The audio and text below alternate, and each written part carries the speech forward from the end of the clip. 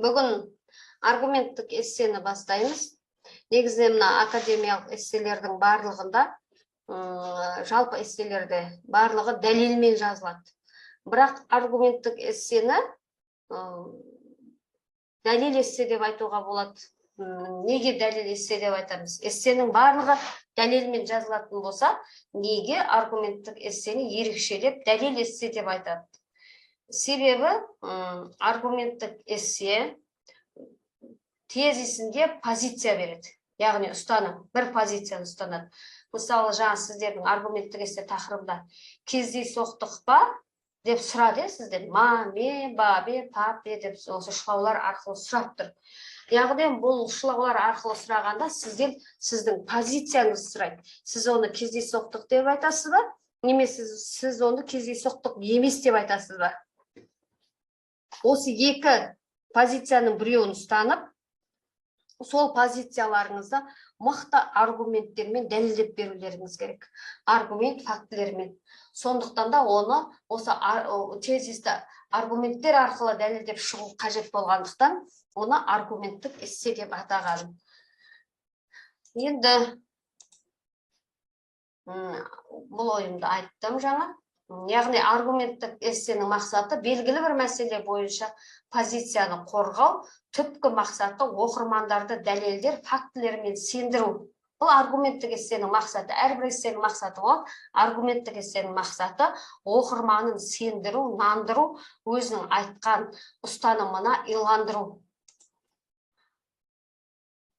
Аргументтік эссе құрылымы оқырмандар оңай қабылдай алатындай қарапайым болуы керек. Яғни сізге күрделі сөз оралымдарының қажеті жоқ. Неге? Өйткені сіз көркем ойға, көркем жазуға қарай ойыңызды тереңдете түсе беруге қарай ұмтылсаңыз, онда өзіңіздің позицияңызды қорғауыңыз кішкене әлсіздеу болып қалуы мүмкін. Бұл жерде сіздің негізгі мақсатыңыз мықты аргументтер дәл дөп беруге, соған көңіл бөлу керек. Кіріспе бөлімі, аргументтік эссенің кіріспе бөлімі. Тақырып сипатталу керек. Тақырып сипатталу керек деген талабы, ол мына кешегі эссе құрылымымен танысқандарыңыздағыдай, эссе тақырыбын түсінгені туралы сөйлем. Яғни осы сөйлемді бірінші талапты орындасаңыз, сіз тақырыпты сипаттап шыққаныңыз. Екінші, сіздің ойыңызды түсіну үшін қажетті ақпаратты, мәселелерді қамтамасыз ету. Яғни ол осы тақырыптың мәселесі мен өзектілігін жазу деген сөз. Үшінші, тезистік мәлімдеме. Тезистік мәлімдемеңіз сіздің мынандай болып шығады. Яғни сіз келісесіз. Мысалы, ата-аналар мен балалар арасындағы келіспеушілік кездейсоқтық па дегенге мүмкін иә деп келісесіз. Немесе жоқ, кездейсоқтық емес деп оған келіспейсіз. Немесе үшіншісі келісемін, келіспеймін деп айтуға да болады деген үшінші бір ұстанымыңыз болады. Бірақ бұл ұстанымды мен қызылмен белгілеп қойған себебім, бұған біз қазір тоқталмаймыз аргументтік эсседе. Неге? Бұл көбінесе неде бағдарламада келісу және келіспеу эссесі деген эссе түрі беріледі ғой. Осы эссе түрі негізінен аргументтік эссенің тезисінің бір түрі. Тезисінің бір түрі. Өйткені сіз аргументтік эсседе де келісуге де келіспеуге де болады деп екі жақты айтуыңызға болады. Осыдан барып, аргументтік эссенің тезисінен барып, келісу, келіспеу эссесі деген эссе шыққан. Сондықтан бұны эссесінде аргументативті эсседен шығып тұр ма? Аргументтік эссенің тезисінен шығып тұр. Келісу, келіспеу эссесі. Енді мен бірнеше ресурстарды қарап шықтым. Былтыр Еділбай Оспанның да курсына қатысқанмын. Сол кезде ол кісіге мен осы сұрақты қойдым. Сіз осы мынандай тұжырыммен келісесіз бе? Мен бірнеше ресурстарды қарадым. Келісу, келіспеу эссесі деп бөлек қарастырады ғой дедім. Сол бөлек қарастырылған эссе түрі бұл аргументтік эссенің тезисінен шыққан эссе. Бұны бөлек қарастырамыз. Сонда міне аргументтік эссенің кіріспе бөлімі мінекей. Бірінші, яғни эссе тақырыбын түсінгені туралы сөйлемнен тұрады. Екінші, тақырыптың өзектілігінен тұрады, мінекей мәселелер туралы жазу. Үшінші, тезистік мәлімдемесі, яғни позициядан тұрады. Сіз не келісемін деген позицияны ұстайсыз, немесе келіспеймін деген позицияны ұстанасыз. Кіріспе бөлім бойынша сұрақтарыңыз бар ма? Сұрақтарыңыз жоқ па? Сонда төмен қарай түсейік. Енді мысалы негізгі бөлімге келейік. Негізгі бөлімде мысалы аргументтік эссенің негізгі бөлімінің әр абзацы жеке позицияны, яғни сіз тезисте, кіріспе тезисте не деп айттыңыз? Келісемін деп айттыңыз ба, немесе келіспеймін деп айттыңыз ба? Қай тезисті бердіңіз? Сол жеке позицияны сіздің ұстанымыңызбен неліктен келісу керектігі нақты және қысқаша түсіндіретін пікір дейді. Яғни бұл эссе құрылымында сіздер оқыдыңыздар ғой, тезисті қолдаушы пікір деп. Енді сіз осы жерде, мысалы сіз айттыңыз, иә, кездейсоқтық деп айттыңыз, немесе жоқ, кездейсоқтық емес деп айттыңыз. Енді сіздің осы позицияңызды неге оқырман осы позицияңызды қабылдау керек? Сол позицияға қатысты мына жерге пікір білдіресіз. Ең бірінші сөйлеміңіз содан басталады. Одан кейін сол айтқан пікіріңізге, яғни позицияға қатысты пікіріңізге фактілер келтіресіз. Ол фактілеріңіз, аргумент фактілеріңіз не болуы мүмкін? Зерттеулер болуы мүмкін, статистика болуы мүмкін, мәтіндік дәйек сөздерді сілтемелер арқылы бересіз дейді. Яғни бұл фактілер бойынша. Ал аргументті кеше сіздерге түсіндірдім. Аргумент деген ол сіздің ой өміріңізден алынған деректер болуы мүмкін. Енді қарама-қарсы көзқарастарды талқылаңыз және оларды жоққа шығарыңыз, немесе олармен неге келіспейтініңізді түсіндіріңіз. Бұл аргументтік эссенің ішінде мынандай эссе түрі болады. Контраргументті эссе деген. Контраргументті эссе, бұл эссенің ішінде кішкене аргументтік эссенің ішіндегі бір күрделірегі. Ол қалай? Мысалы, сіз келісемін деп айтасыз, сіздің позицияңыз келісемін. Келісетін аргумент фактілеріңізді, пікірлеріңізді бере отырып, сізбен келіспейтін жақтардың да көзқарасымен фактілерін беріп айтып отыра аласыз. Бірақ бұл күрделі эссе, бұл күрделі, контраргумент эссе, бұл күрделі эссе. Сондықтан мен бұны жерге көппен белгілеп қойдым. Мұны қазір мен сіздерге жалпы таныстыру үшін айтып жатырмын. Мұны біз қазір осы сабақта қозғамаймыз. Өйткені контраргументпен эссе беру, ол аргументтік эссені әбден жазып, үйреніп алғаннан кейін ғана ары қарай тереңдете түсу үшін жазатын эссе. Бұл қазір алғаш рет үйреніп жатқан адамға қиын болады. Менде бір сұрақ бар еді, осы жаңағы аргумент эссе деп айтып жатырсыз ғой. Осы эссені жазған жағдайда енді ол қарама-қарсы ойды айту керек, пікірді айту керек. Сөз саны 300-ден асып кетпей ме деген сұрақ туындап тұр да мына жерде. Міндетті түрде әлі сол эссені жазған кезде 300 сөз сақтау керек пе? Міндетті түрде 300 сөз сақталу керек. 320, 330, немесе 290 болып жетпей де қалуы мүмкін, 290-95 болып, 320, 330, 310 болып кетсе де бола береді. Бірақ сол 300-дің көлемінде сақталу керек. Ал егер сіз қарама-қарсы аргументтермен жазатын болсаңыз, сіздің қарама-қарсы аргументтеріңіз қысқа да болуы мүмкін. Сіздің айтатын аргументіңіз де қысқа болуы мүмкін. Ол сіздің аргументтеріңіздің көлеміне байланысты.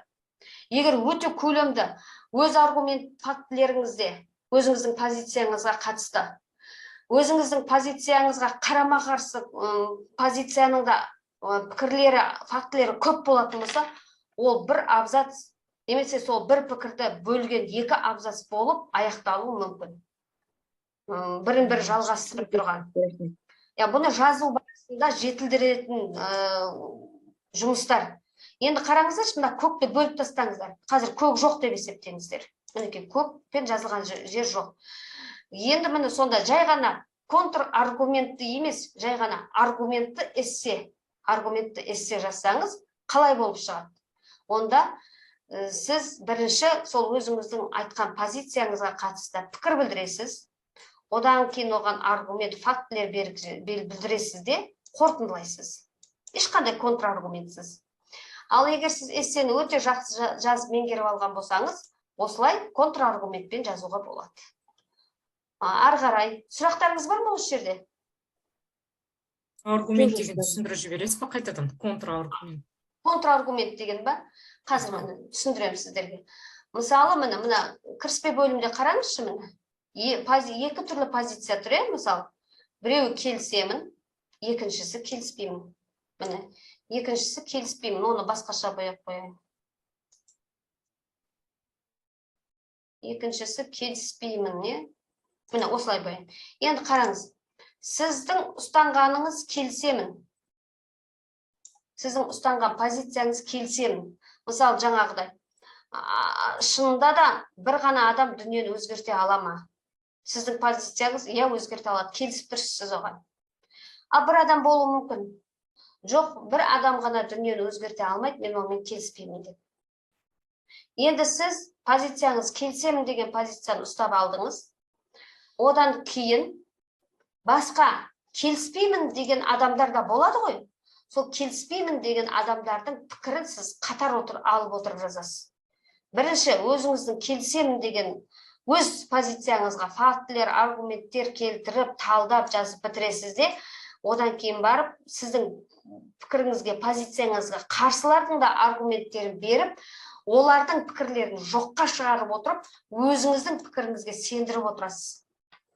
Контраргументті эссе жазу не үшін қажет? Контраргументті эссе, сіз жаңа аргументтік эссенің мақсаты оқырмандарды сендіру, нандыру, өзіңіздің пікіріңізге байлап, соған иландырып қою деген мақсат қой оныкі. Сол мақсатқа нақты жете білу үшін сіз өз позицияңызды дәлелдеп бергеннен кейін сіздің позицияңызға қарсы позицияларға аргумент, фактілер беріп, олардың көзқарастарын жоққа шығарып отырасыз. Сол үшін керек. Сұрағыңыз бар ма? Қазір мен мысал келтірем эсселерден, сол кезде тағы да ойланып көріңіз. Енді қорытынды бөлім тура бағанағы мына академиялық эссе құрылымындағыдай тура солай аргументтік эссенің құрылымы. Кейбір эсселерде кіріспедегі тезиске қайта оралу деген маңызды емес болады, ал аргументтік эсседе тезисті қайталау маңызды. Өйткені сіз аргументтік эсседе сендіруіңіз керек, нандыруыңыз керек. Сол себепті сіз кіріспе бөлімдегі позицияңызды бір қайталайсыз. Мен келіспеймін деген сияқты бірінші тезисіңіз қорытынды бөлімді қайталап аласыз. Одан кейін тура алдыңғы оқығандарыңызда негізгі бөлімді жинақтайтын әрбір абзацтың түйінін бересіз, сосын эссені қорытындылаушы сөйлем жазасыз. Қорытынды бөлімде жаңа ой, жаңа фактілер ешнәрсе қосуға болмайды. Сіздерге айтқаным, эссе құрылымын бірінші сабақта бастап, ары қарай аргументтік, дискуссиялық, сыни эссе, рефлексия эссе жазғанда құрылым қайталана береді, сөйтіп отырып құрылымды үйреніп аласыздар деп. Мінекей қарасаңыздар, сіздер үйреніп жатқан құрылым аргументтік эсседе тура солай шықты. Енді мысалы, мынау ағылшын тіліндегі эссе, соны мен бұл жерде аудармасын беріп тұрмын. Қараңыздар. Өлім жазасы қылмыс жасағаны үшін сотталған қылмыскерді жазалау. Бұл міне анықтама, терминдердің анықтамасы. Өлім жазасы деген терминге анықтама беріп тұр. Менің кітабымнан алынған ғой, академиялық эссе жанрының теориясы мен практикасы деген кітабымнан алынған. Былтыр осы тақырыпты талқылаған кезде мұғалімдер неге өлім жазасынан бастадық деп барлығы. Енді бұл бәрібір қозғалатын тақырып қой, көбінесе құқықтану пәндерінде. Өлім жазасы қылмыс жасаған үшін сотталған қылмыскерді жазалау. Терминге анықтама берді кіріспе бөлімде. Не туралы? Өлім жазасы туралы. Сонда тақырыпты түсінгені туралы сөйлем деген осы сипаттама беру, түсінік беру. Екінші мәселе және оны екі жақты көрсету дейді. Міне, Батыс Еуропаның көп бөлігінде өлім жазасы мүлдем жойылды. Бірақ Қытай мен Сингапур сияқты 125-ге жуық елде өлім жазасы әлі де қолданылады. Өлім жазасы тақырыбы қызу талқыланып жатыр. Кейбіреулер барлық елдер оны жою керек деп қатты сенсе, басқалары бұл жазаны қатты қолдайды. Мінекей, екінші, осы өлім жазасын қолдау немесе жоққа шығару туралы эссе. Сол қолдайсыз ба деген тақырыпта. Сол мәселені екі жақты таныстырып жатыр. Аргументтік эссенің тақырыбының сұрап тұрған мәселесін. Одан кейін, мен өлім жазасына қарсымын және оған бүкіл әлемде тыйым салу керек деп ойлаймын. Бұл тезистік мәлімдеме. Яғни позициясы. Эссе жазушы өлім жазасына қарсы. Менің дәлелім гуманитарлық негіздерге де, статистикалық дәлелдерге де негізделген. Бұл нақты беріп тұр. Сіздерге әлді тезис, әлсіз тезис деп айтып едім ғой. Сонда міне әлді тезис осы болады. позициясын көрсетіп, оған айтатын ойын нақты беріп тұр. Бұл кіріспе Соңғы бөлім. екі сөйлем тезис болып тұр ма сонда? Тезис болып тұр міне. Мына көкпен берілген сөйлем тезис. Міне, эссе тақырыбын түсінгені туралы сөйлем, мына сарымен берілген. Тақырыптың өзектілігі туралы, яғни мәселе туралы жазылған сөйлемдер міне. Кіріспе құрылымына қарап отырыңыздар. Одан кейін міне тезисі. Енді келесі.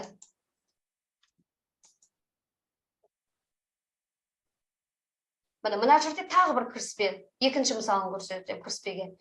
Не туралы деген сұраққа жауап бермеген, таныстырмаған. Бұл эсседе солай басталып кеткен. Мына жерде. Соңғы 20 жылда әйелдердің қоғамдағы орны күрт өзгергені рас. Бірден мәселемен таныстырып бастап кеткен. Не туралы деген сұраққа жауап жоқ. Бірақ мен бұл кезеңде кәмелетке толмағандар мәселесінің даусыз өсуінің тікелей себебі деп санамаймын. Осы мәселе бойынша өз ұстанымын айтқан мына жерде. Мынау тезисі болып тұр. Енді қараңыздаршы, мынау екінші мысалы кіріспе бойынша. Енді мына жерде мынау бірінші мысал. Мына кіріспен беріліп тұрған бірінші мысал өте жақсы, дұрыс жазылған кіріспе. А мына екінші жазылған кіріспе, бұл толық емес кіріспе. Сонда біз эссенің кіріспесін бірінші мысалдағыдай жазуымыз керек. Келесі. Аргументтік эссенің негізгі бөлімі екі дағдыны қажет етеді. Біріншісі позицияны қорғау, екіншісі қарсы дәлелдермен теріске шығару дағдысы. Біз қазір қайсысын ғана үйреніп жатырмыз? Біз біріншісін ғана үйреніп жатырмыз қазір. Екіншісі бізге әлі қиын. Ол әбден аргументтік эссені жазып алғанда ғана ары қарай дамытатын дағды. Әр абзац тезисті қолдау керек. Оны өткен жолда құрылымды айттық. Әр абзац тезисті қолдау керек. Негізгі бөлім абзацының құрылымы келесідей. Яғни тезиске қатысты пікір, аргумент фактілер. Аргумент фактілер нелерден тұрады? Статистикада, мысалдар арқылы түсіндіру, салыстыру, себеп салдарлар арқылы көрсету. Бұл аргумент фактілердің түрлері. Мүмкін сіз статистиканы ғана аласыз. Мүмкін сіз бір фактілер келтіріп, мысалдар арқылы ғана түсіндіріп кетесіз. Мүмкін сіз екі түрлі нәрсені салыстырып, немесе олардың себеп салдарын айтып, фактілер, аргументтер келтіресіз. Осының қайсысын қолдасаңыз, солардың барлығы аргумент фактілер болып есептеледі. Енді негізгі бөлімді талдап көрейік. Мінекей, мынау недегі ағылшын тіліндегі эссе, контр аргументімен бірге. Контр аргументті эссе. Енді осының аудармасын қазір сіздерге көрсетейін. Мінекей, негізгі бөлім абзацының үлгісі. Қарсы дәлел плюс теріске шығару. Мына бірінші мысал. Өлім жазасын қолдау өлім жазасына күшті тосқауыл қояды. Өлім жазасы кісі өлтірушілер сияқты ауыр қылмыскерлерді тоқтататыны дәлелденсе, бұл күшті жаза. Дегенмен біз бүкіл әлем бойынша қылмыс статистикасына сүйенсек, әртүрлі дәлелдер бар. Теріске шығару. Осы жерді қайталап жіберейін. Біріншісінде қарсы аргумент дейді. Өлім жазасын қолдау өлім жазасына күшті тосқауыл қояды. Өлім жазасы кісі өлтірушілер сияқты ауыр қылмыскерлерді тоқтататын дәлелденсе, бұл күшті жаза. Түсіндіңіздер ме осы пікірді?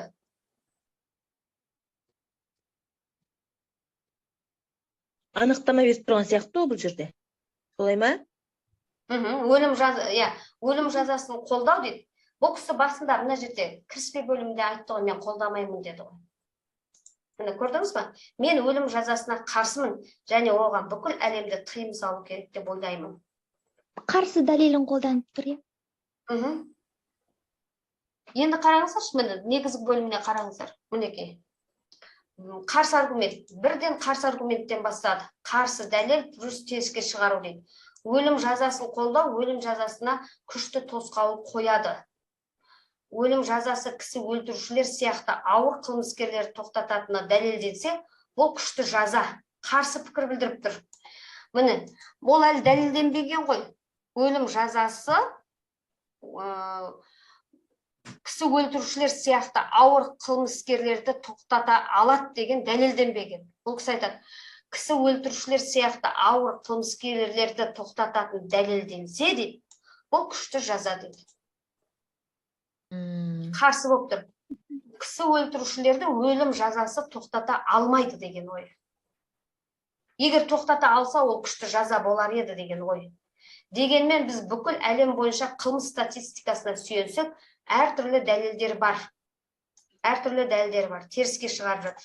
Мысалы, өлім жазасы бар ел Сингапур қылмыс деңгейінің төмендігімен халықаралық деңгейде танымал. Бірақ ақш деректері басқа суретті көрсетеді. Ондағы кейбір штаттар өлім жазасын қолданса, кейбіреулері орындамайды. Сингапур өлім жазасы бар ел.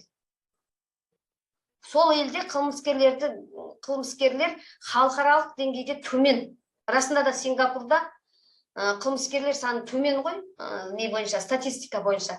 Енді бірақ ақш деректері басқа суретті көрсетеді. Ондағы кейбір штаттар өлім жазасын қолданса, кейбіреулері орындамайды.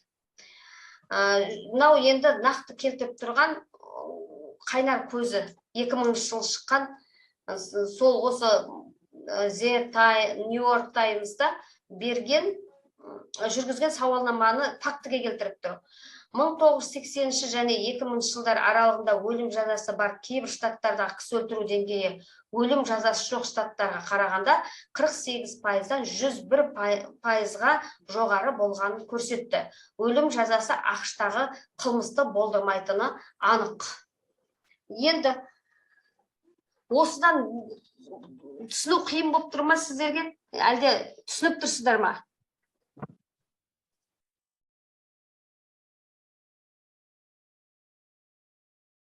Мына жерде жана басында қолдамайды деді, қалай неға қолдайды болып кетті? Қолдады негізгі бөлімде. Теріске шығаруды растайтын фактілер берді. Теріске шығару, міне, қарсы дәлел плюс теріске шығару. Мен мүмкін сіздерге кішкене негізгі бөлімді сонда бірден теріске шығаратын факті арқылы бастап кетіп тұр ғой, солай ма? Иә, міне түсіндіңіз, иә. Міне түсіндіңіз. Көрдіңіз ба? Солай бастап кете берсек бола ма? Сонда біз деген айналдырып келеміз ғой, мысалы. Бұл контраргумент. Бірден бастап кетіп тұр да? Бірден бастап кете аласыз. Бұл контраргумент десе ғой, контраргумент десе. Мынау контраргумент десе да, мынау? Контраргумент десе бұл. Көрдіңіз ба? Мен өлім жазасына қарсымын, және оған бүкіл әлемде тыйым салу керек деп ойлаймын деп тұр ғой. Ол эссе жазушының ойы. Енді эссе жазушының ойына қарсы ой бар ғой. Сол өлім жазасын қолдайтындар.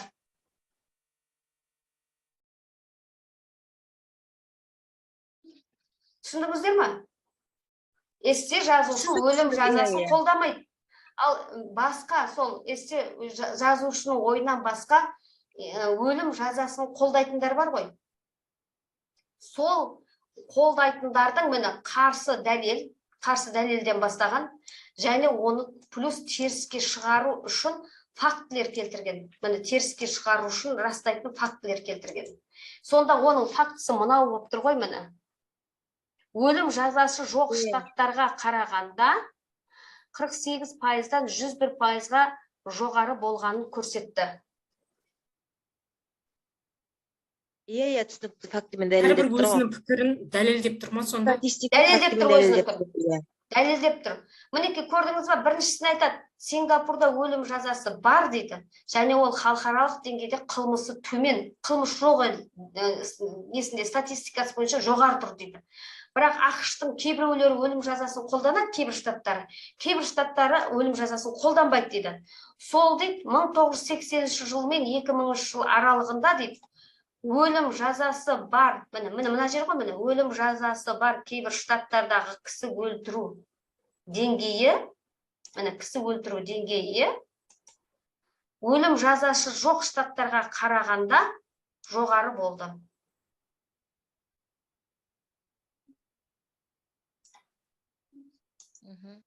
Жоғары болды.